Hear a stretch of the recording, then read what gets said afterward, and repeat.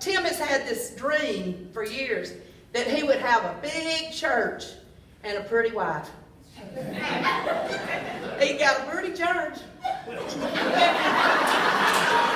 loves me. He loves me. He really does. Several years ago, we were at a church, and we reached our 5-year anniversary there, and they gave us a trip. They gave us a cruise for our 5-year anniversary there. But the night before the cruise left, they put us up in this beautiful hotel. It was the Gaylord Palms down in Orlando, Florida. And it was just a beautiful place. I mean, seriously, the nicest hotel I've ever been in. But we stayed in this beautiful hotel, and they had a branch of the Canyonlands spa there. And Tim was like, oh, I got to go in there. Because, see, every now and then, Tim gets his wild hair to exercise. Every Monday, his new diet starts. Every Monday. I'm starting again this week, but every now and then he'll pick up these, exercise things. So he was in one of these fitness modes at this time, and he said, I want to go in there and work out. I said, okay, I'm going to the pool. So I went to the pool. I mean, I don't even lie about it. I ain't exercising. It's of the devil, and I'll have no part of it. So we go down to, I went down to the swimming pool, and we were supposed to meet in the room at 5:30. So I went in the room, and he wasn't there. And I thought, well, he's taking his time or something. So I went ahead, got ready, got a shower, and I came back out, and he still wasn't there. And we had a little patio off the side of the hotel room, and I thought, well, I'll just go out there and sit and wait on him. Well, it got to be about 6:30, and he still wasn't there. So I called down to the fitness center, and I said, my husband is supposed to be down there working out. And she said, well, we only have one man in here right now, and he's on a treadmill. And I said, well, would you go see if it's my husband? And she came back, and she said, no. She said, he's a little short man. I said, that's not him. And I said, but I'll check back with you later. And she said, well, it looks like your husband has checked out. And I said, well, okay. So I sat there a little longer, and I called back down there. And I said, would you please check again? She goes that. She came back. She said, there's just one little man on the treadmill, and he's a little short man. And I said, well, you need to tell him he's been on here long enough to go meet his mama. She's probably looking for him like I am for mine. So I thought, I'm giving him 15 more minutes, and if he's not here in 15 minutes, I'm calling the police. Well, about 5 minutes before that deadline, the door opens. And Tim came in, and y'all, he will stand here today, preacher in the house of God, and he will tell you that I'm lying. But I'm telling you, I'm telling the truth. He started at one end of that room, and he crawled on his hands and knees to get to me. And when he got there, he said, I am so sorry. I said, what have you done? He said, well, he said, when I got through working out, he said, they have that branch of the Canyonlands spa there. And he said, they had a steam room. He said, I went over there, and he said, I sat in that steam room, and he said, they gave me a robe. He said, it felt so good.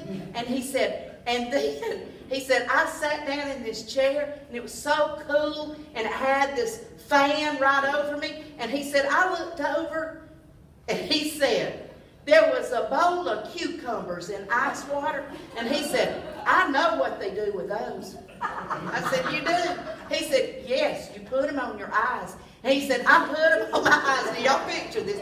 He said, I put them on my eyes. And he said, and right next to that in that bowl of ice water was a wash rag. Now, that's how you know he's from Alabama, because he said a wash rag, not a wash. He said there was a wash rag. And he said, I picked up that wash rag, and he said, I put it over those cucumbers, and I just laid there.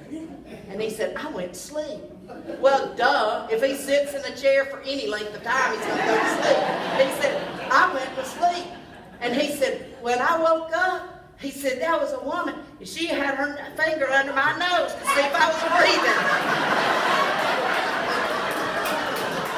We've been together over 40 years, 40-something years, 43 married. And every one of those years, I have pulled a trick on April Fool's Day on him. I can't even imagine somebody that would fall for it 43 years in a row. world. And I mean, seriously, trying to whittle it down to just a couple of stories to tell you has been very difficult for me this week. But I'm going to tell you two of them. One of them was, there was a group of guys that were on staff at the church. And those guys decided to get together and sing in a quartet. And they sang one Sunday morning in a quartet. And I got to tell you, they were pretty good. They weren't as good as they thought they were, but they were pretty good. And so there was this man there, and he was in a suit, and nobody knew who he was. And they were all talking about this, and they were talking about it on March 31st. Well, you know what comes after March 31st? That would be April 1st. So I heard them talking about that, and an idea began to form in my mind. And they all wanted to know who this man was. So I called a friend of mine, and I said, would you call the church and tell them that you're a secretary, a talent scout, and that he was in church yesterday, just passing through Atlanta, and he was in church yesterday and heard the group sing and wants to book them for a recording. She said, yeah, I'll do it. So she called the church and told them all of that. And I mean, it wasn't 5 minutes till my phone rang. And it was Tim. You're not going to believe this. Well, I bet I will. And he starts telling me the story. And I'm like, oh, that's wonderful. I hung up the phone. Now, what I was going to do next was give it a second and then call him back and say, April Fool. But before I had a chance to call him back, one of the staff members called me, and this is what she said. Have you heard? I said, have I heard what? She said, they're going to give them an album. They're going to let them do an album. She said, I've been singing for years. I want somebody to give me a praise. Now, let me tell you, Susan has the voice that could be recorded. They didn't. So she said, I cannot believe that. And I said, oh, Susan, calm down. It's April Fool. She said, you're going to die. She said, you don't know what they're doing right now. I said, what? She said, they are calling everybody in the church. And they're getting the church to pray for this opportunity. Well, sure enough, I called the church and all the lines were busy. Nobody answered. Everything was busy. I got in my car. I drove down to the church. I was not prepared for what I saw.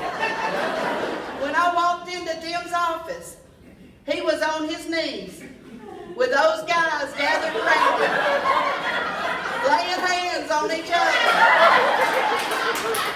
praying and thanking God for the opportunity that he was going to give them to make a recording. I did not die that day, though I probably should have.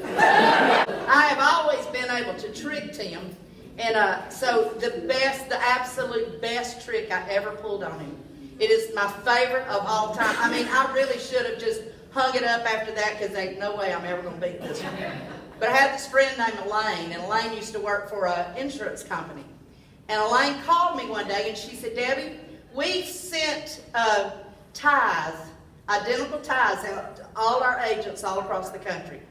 And she said, these ties are all alike. And she said, I had about 300 of those ties left. She said, do you want to put them in the church's food and clothing center or something? Is there anything we can do with them? I said, send them to me. I'll think of something. So that was our first Christmas at that church. So I sent a tie to about 200 families. And I said, would you please wrap this and give it to Tim for Christmas?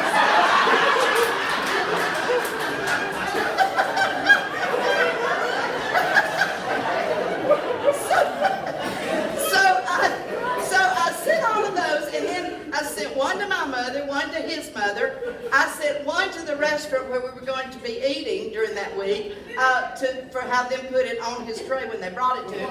I sent one to his. There was this a woman that he used to love, sang gospel music, named Sue Dodge. I sent her one and said, would you please mail one of these to my husband? I've sent them all around the world to people we knew from everywhere. Everybody was sending these ties. But here's what happened. We had an open house at our house that year because it was our first Christmas there. And so people came to the open house, and several of them came and brought the tie in a package. And so after about the fourth one, Tim looked at me and he said, I got this figured out. And I thought, well, he's getting smarter than I thought he was then. And here's what he said. He said, you see this little lion on here? I said, yeah. He said, I bet you anything the Lions Club sold these. Because all these people that brought this to me were in the Lions Club. I said, I bet you're right. I bet you that's exactly what happened. So we went to church that night, and 2 or 3 other people gave it to him at church, and he was at the podium, and he's got several of those, and he looked back at me and he went. I went. Well, as the week went on, he kept getting those ties. We went to the restaurant, he got a tie. We went to my mother's house. My mother always has one gift she puts under a bed and sends you on a little chase for it. Well, that year it was the tie. That tie went everywhere. So this Sunday morning after Christmas, I gave one of those ties to every usher. And they came down the aisle to take up the offering, and every one of them had one of those ties. Every one of them. So, but he still stayed with me. Recently, the most recent story about Tim is that some of you know this. A couple of years ago, he was on another one of his exercise jags, and he decided that he was going to get a bicycle. So he got a bicycle, and he starts riding this bicycle. And his first big trip down the Silver Comet Trail, he was going down one of the hills, and he thought he was going to have to really, really pump it. And when he really, really pumped it, there was no resistance. He got off balance. He fell over. He hit a guardrail. He slid. He had no skin left on him. And he ended up at the hospital. Well, we get there, and he made it sound like, oh, it's just my leg. It's not much. We get there. He's got a broken knee. He has a broken back. He has a bruised kidney. So this is like in the middle of June. I'm not exaggerating when I say it's 112 degrees. It was 112 degrees that night. And we were in the emergency room till about 3 o'clock in the morning. And my son had said, they said, can we come over there? And I said, no, there's no room over here. It's crazy over here. I'll tell you when we're going home, and you come home and help me get him in the house. So we got home about 3 o'clock in the morning. I started to, call my son, get him to come over there and help. Tim said, no, I believe I can get in the house. Now, let me say this. 3 times he had passed out on me in the emergency room. So I said, I can't get you in the house. He said, oh yeah, I can get in the house. He got about halfway in the house, and he said, I'm going to pass out. I said, no, do not pass out. And he said, no, I'm going. So I get a chair, put it up under his legs, and he went sideways, hit a glass table, knocked him out cold. He's laying there. It's 112 degrees. I don't do well in hot. So I said to him, are you okay? No response. So I ran over to the little outside refrigerator, and I got a bottle of ice water. I brought it back, and I poured it in his face. And he said when he came to, that's what he saw, was me just pouring that in his face. And I looked at him, and I said, if you don't wake up, I'm fixing to roll you in the pool. All the response I could get. It was 112 degrees. Well, so finally, he said, it's going to take me a while to get in there. And I said, well, I can't pick you up. It's impossible. He said, I'm just going to kind of scoot myself into the house. So I said, okay, I'll make sure you're okay. So I went and stood inside the glass door in the air conditioning, and I watched him scoot across the floor until he got in. Well, this went on for a couple of weeks, and finally he said, I've just really had enough of sitting in this house. He said, I'm going to just go outside and water the plants or something. He said, I just got to get out of the house. And I said, okay, well, take your phone in case something happens. I'm right here in the house. Call me and I can come out and get you. So he goes out. He's not out there 5 minutes. And my cell phone rang. I looked down. It's his name. I thought, oh, Lord, he's fallen again. I said, what's wrong? He said, I'm going to need you. I said, what's wrong? Just come out here. I go to the door. I open the door, and Tim Childers is standing there with a walker, with his hands on the walker and one hand on the hose, and his pants are around his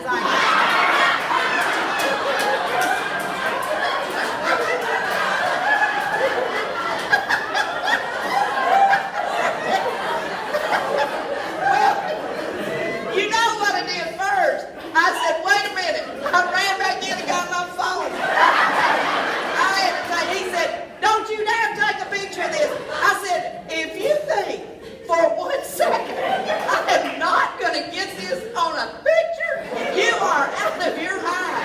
I will take several pictures from every angle. Now, here's the thing. Even after all of this, he still loves me. And one day, he was preaching, and he said, God is so good to me. God has given me so many things, and God's done all this. And he said, and then he gave me Debbie. And he said, and she is the gravy on my mashed potatoes. We got home, and I said, gravy? Seriously? You called me gravy?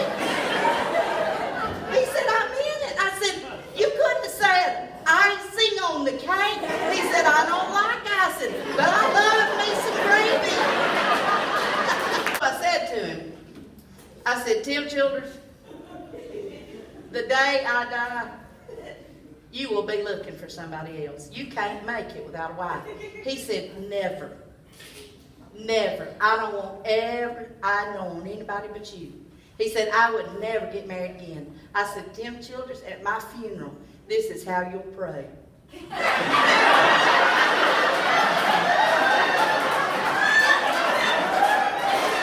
for my replacement. He thought about it for a minute, and he said, yeah. He said, I'll probably go over to the casket and get a rose and find me somebody and say, would you take this rose? I said one day, somebody asked me about getting healthy. I hate it when people get nosy like that. But I said, well, really, Tim has told me over and over that he just loves me just like I am.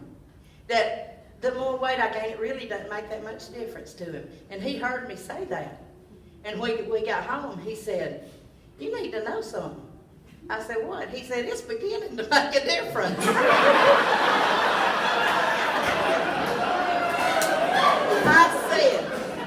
I said, well, here's what you need to know. You're not all that attractive in your CPAP machine either.